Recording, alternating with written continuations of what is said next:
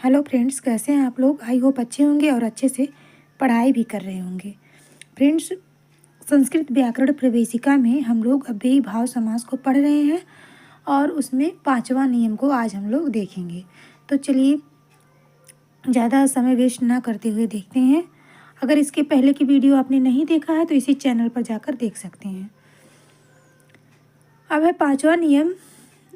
नदी, पौर्णमासी तथा आग्रहायणी शब्दों के अव्ययी भाव समास के अंत में आने पर विकल्प से टच प्रत्यय लगता है। कौन कौन शब्द? नदी, पौर्णमासी तथा आग्रहायणी। ये 3 शब्द अगर आएंगे शब्द के अंत में, अव्ययी भाव समास के अंत में, तो विकल्प से टच प्रत्यय लगता है। इस प्रकार के शब्दों के साथ अव्ययी भाव समास बनने पर दो दो रूप सिद्ध होंगे, यानी एक टच वाला और एक बिना टच वाला। तो जैसे उपनदी है तो उपनदी बनेगा इसका, और एक उपनदम बनेगा। तो यहाँ पे उपनदी इसलिए बना, इसके पहले के नियम को हम लोग पढ़ चुके हैं कि यहाँ पे अगर दूसरा शब्द, अगर उत्तर वाला पद अगर रहेगा दीर्घ में तो उसको ह्रस्व कर दिया जाएगा। तो इसलिए यहाँ पे उपनदी बना। और एक शब्द क्या बना? उपनदम।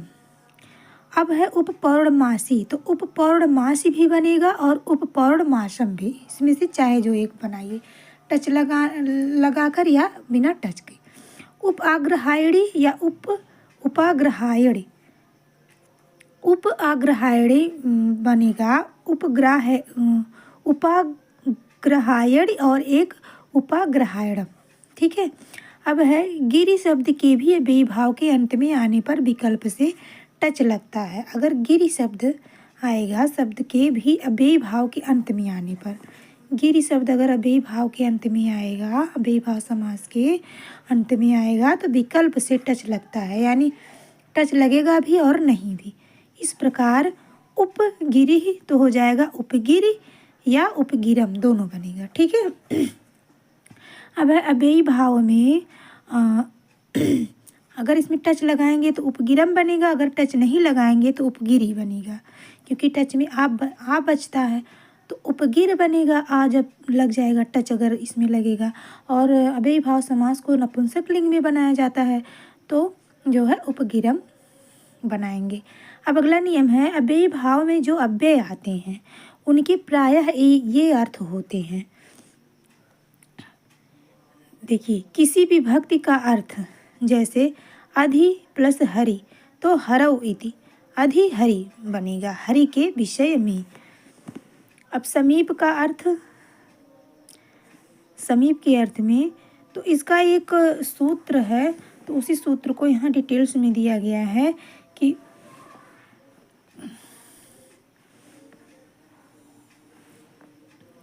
ये अव्ययम विभक्ति समीप समृद्धि वृद्धि अर्थात भाव अत्यय संप्रति शब्द प्रादुर्भाव पश्चात आन पूर्व योग्य पद्य सादृश्य संपत्ति साकल्य अंत वचनेषु। इतना शब्द अगर आएगा तो जो है उनके प्राय ये अर्थ होते हैं। तो उसी 16 जो अर्थ दिया गया है सूत्र में, उसके ये सब एग्जाम्पल दिए गए हैं। तो देखते हैं किसी विभक्ति का अर्थ। जैसे विभक्ति के अर्थ में अगर देखेंगे तो अधि प्लस हरि तो हरौ इति अधिहरि बनेगा, हरि के विषय में। अब समीप के अर्थ में जानते हैं, जैसे उपगंगा अर्थात गंगायाः समीप मिति तो उपगंगम बनेगा, गंगा के समीप। समृद्धि के अर्थ में अगर देखेंगे तो सु प्लस मद्र तो मद्राणाम समृद्धि सुमद्रम, मद्र देश की समृद्धि। अगर ये सब जितना भी सूत्र में है, अगर उतने वर्ड 16 वर्ड जो दिया गया आएंगे तो उसमें जो है अव्ययी भाव समास रहता है। अब देखिए वृद्धि, जिसका अर्थ है नाश या दरिद्रता, इसके अर्थ में तो दुर प्लस यमन, यवना नाम वृद्धि दुर्व्यवनम। अब है आगे अभाव अर्थ में, यथा यानी जैसे निर प्लस मशक तो मशका नाम भाव निर्मशकम, मशका नाम अभाव निर्मशकम, मच्छरों से विमुक्त। अब ये अत्यंत नहीं रहेगा, यहाँ मिस्टेक है, तो अत्यय, अत्यय यानी नाश। जैसे अति हिमस्यात्यय अति हिमम जाड़े की समाप्ति। असंप्रति के अर्थ में अनौचित्य, असंप्रति मतलब अनौचित्य, जैसे अति प्लस निद्रा तो निद्रा संप्रति न युज्यति, अति निद्रम निद्रा के अनुपयुक्त काल में। अब शब्द प्रादुर्भाव यानी शब्द का प्रकाश, जैसे इति प्लस हरि तो हरि शब्द से प्रकाशः इति हरि, हरि शब्द का उच्चारण। पश्चात अर्थ में जैसे अनु प्लस विषुणु तो विषुणो पश्चात अनु विषुणु, विषुणु के पीछे। अब देखिए यथा का भाव, यथा के अर्थ में योग्यता, यथा यानी जैसे अनु प्लस रूप तो रूपस्य योग्यम अनुरूपम, योग्य या उचित। यहाँ देखिए अनु एक बार यहाँ पे प्रयोग हुआ है तो अनुरूप के साथ तो रूपस्य योग्यम, और यहाँ अनु विषुणु के साथ तो यहाँ पश्चात अर्थ में। ठीक है। अब है विप्सा के अर्थ में, जैसे प्रति प्लस अर्थ तो अर्थमर्थ प्रति यानी प्रत्यर्थम प्रत्येक अर्थ में। अनितिक्रम अनितक्रम, जैसे यथा प्लस शक्ति तो शक्तिम अनतिक्रम में, यथा शक्ति शक्ति के अनुसार। ये सब अव्ययी भाव के एग्जाम्पल हैं, अगर ये सब और आएंगे। अब है सादृश्य, जैसे सह प्लस हरि हरे सादृश्यम तो सहरि, हरि के सदृश। अब है अनुपूर्व, इसके अर्थ में देखते हैं यानी क्रम, इसका अर्थ हो जाएगा क्रम। जैसे अनु प्लस ज्येष्ठ तो ज्येष्ठ, स्यान पूर्वेण अनुज्येष्ठम ज्येष्ठ के अनुसार। योग पद्य एक साथ होना, योग पद के अर्थ में, जैसे सह प्लस चक्र चक्रेण युगपद बनेगा। सचक्रम अर्थात चक्र के साथ ही अव्ययी भाव समास में काल से भिन्न अर्थ में सह का सा हो जाता है।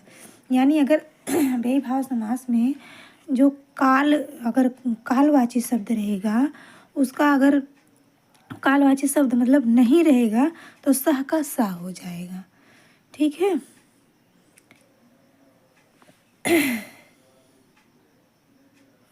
सादृश्य का उदाहरण ऊपर 10 के अंतर्गत आ चुका है। अभी जो हम लोग 10 में सादृश्य, ये जैसे सह प्लस हरि तो हरे सादृश्यम सहरि हो जाएगा, हरि के सदृश।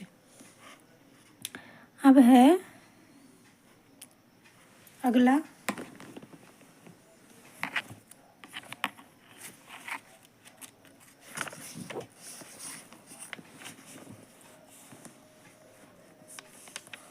संपत्ति के अर्थ में। देखिए योग्यता अनुसार संपत्ति को संपत्ति कहते हैं।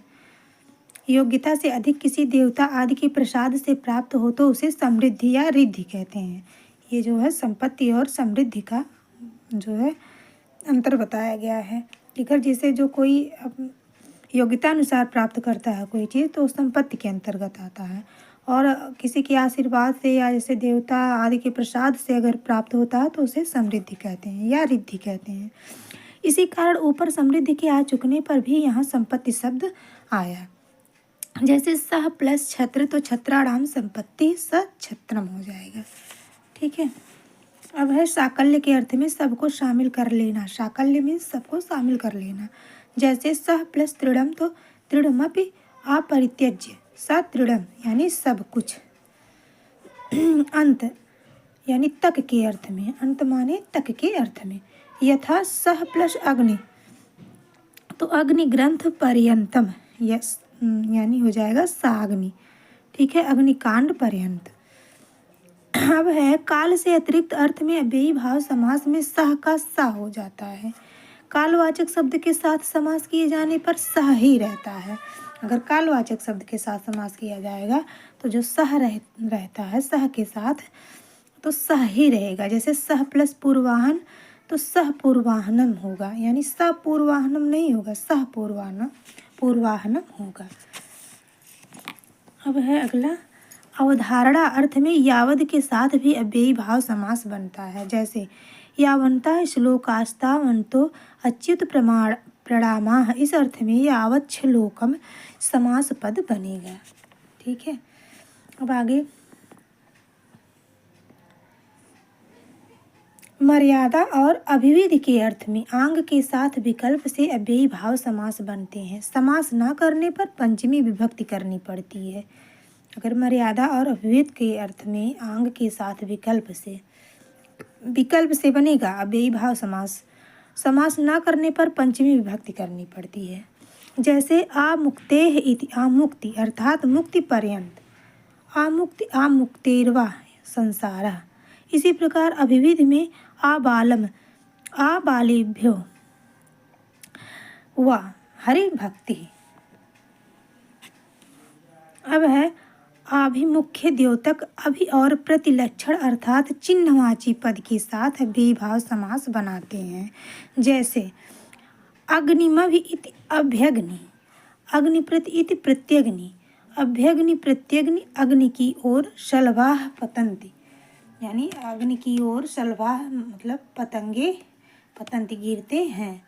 तो यहाँ अभिमुख्य द्योतक यानी कि जैसे जो पतंगा है अभिमुख हो रहा है किसके प्रति, अग्नि के प्रति, तो यहाँ पे अव्ययी भाव समास होगा। ठीक है। अब है आगे, जिस पदार्थ से किसी का सामीप्य दिखाया जाता है उस लक्षणभूत पदार्थ के साथ सामीप्य सूचक अनुअव्ययी भाव बनता है। वहाँ पे अनु जो है अव्ययी भाव में बनेगा अगर लक्षणभूत पदार्थ के साथ सामीप्य सूचक उसका अर्थ निकलेगा। जैसे अनुवनम शनिर्गतः वनस्य समीप मित्यर्थः। ठीक है। तो यहाँ सामीप्य सूचक जो है शब्द है, तो यहाँ पे अनु लगा है, अनुवनम शनिर्गतः। अब है पारे और मध्य सप्तम्यंत में अगर आएगा तो शब्द षष्ठ्यंत पद के साथ अव्ययी भाव समास बनाते हैं और विकल्प से षष्ठी तत्पुरुष भी, अव्ययी भाव भी बनेगा और विकल्प से षष्ठी तत्पुरुष भी बनेगा।